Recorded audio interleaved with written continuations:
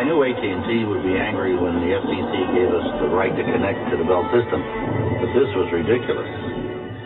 Nonetheless, the FCC had finally seen the light and given us permission to compete with AT&T. Now all we had to do was build a company.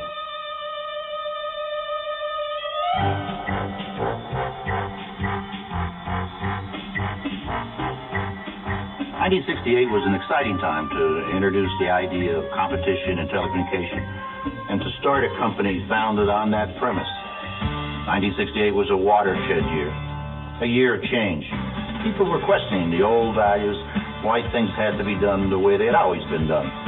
There was every reason to be optimistic because times of great change are also times of great opportunity, which was exactly what we had in mind. MCI's first business was to raise capital. Bill McGowan went all over the country. He had tremendous enthusiasm and the ability to make people believe, even if he did occasionally exaggerate. And would you believe you can reach any country in the world as well as all planets?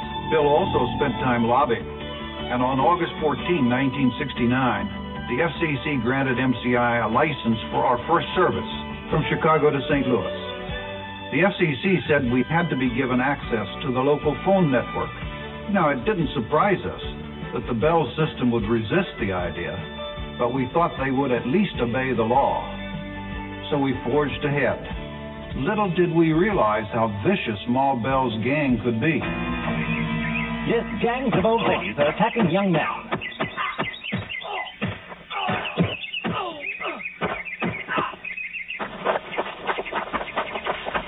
We continued to fight for the right to exist, but we had another challenge. Nothing existed.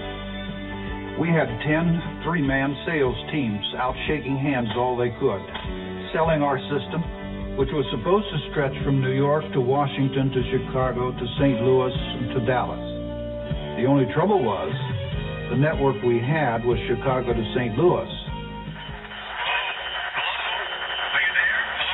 One problem was that AT&T circuits called for 9 leads, and MCI circuits looked for 14 leads. Another problem was our salesman didn't even know what a lead was.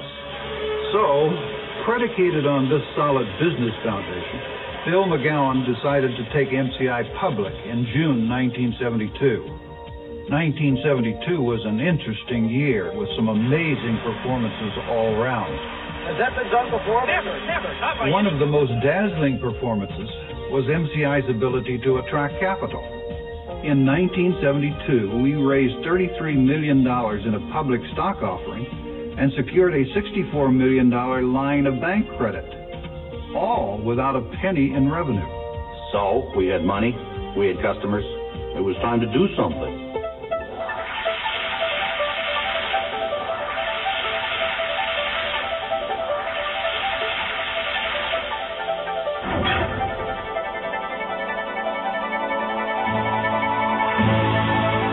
MCI built networks faster and for less money than had ever been done before. Then everything ground to a halt. They were back.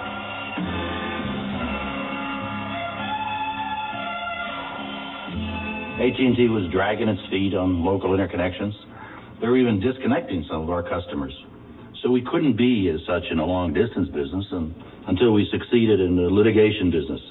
It went on, through the courts, through the FCC, back to the courts, eventually evolving into the biggest antitrust case and corporate divestiture in history. It was a circus around here. Just to survive, we had to juggle the banks, the creditors, the courts. Everything we had was leased.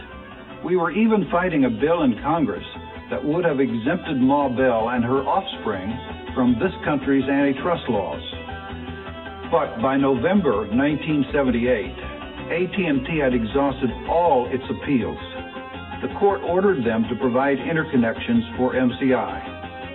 At last, we had control over our own destiny and the legal right to market our services.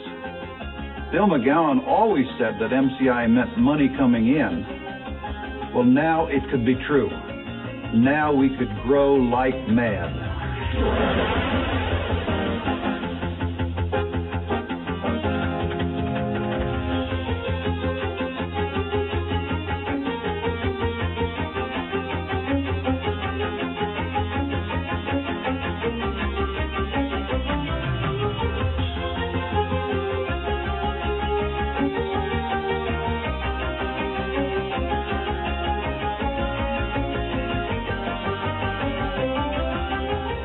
1980, we had signed up a lot of the Fortune 500 companies and top financial institutions. Our network was handling about 10 million calls a month, but there was still a lot of unused capacity in that network. We had the notion that maybe, just maybe, we could put the network to use at night, selling inexpensive long-distance service to residential customers. We decided to try something in terms of selling the residential customer that had never been tried in the telecommunications industry. We were going to advertise long distance on TV. To see what would happen, in March of 1980, we tried a couple of TV ads in Denver just to see if anyone might be interested. This spot, companies, large and small, are saving millions of dollars. And this one, if your long distance bills are more than made advertising history. Make one more call to MCI. When that telephone number flashed on the TV screens, our telephones were overwhelmed. In our Denver office, MCI people were writing orders against the walls because they had run out of chairs and tables. People were pounding on the doors because they couldn't get through to us on the phone. These were the first of a series of commercials that took on AT&T aggressively and very effectively. What goes on when the bill arrives? What on earth are you crying for? Have you seen our long-distance bill? If your long-distance bills are too much, call. In the meantime, equal access was a great victory for us, but it was also a great victory for the industry, the beginning of a new era. For most MCI customers, it was the end of 22-digit dialing, finally. And it meant the telecommunications industry would become more competitive with greater emphasis on innovation, quality, and service. As the 1980s rolled on, MCI attracted more and more customers. We expanded our services overseas, adding new services, and we pioneered new technologies. We are the upstart that became a leader in the global telecommunication industry. And we have the best management, the best organization, and the best people of any company in the industry. This year is our 20th year, and it is also the 20th anniversary of competition in the telecommunication industry.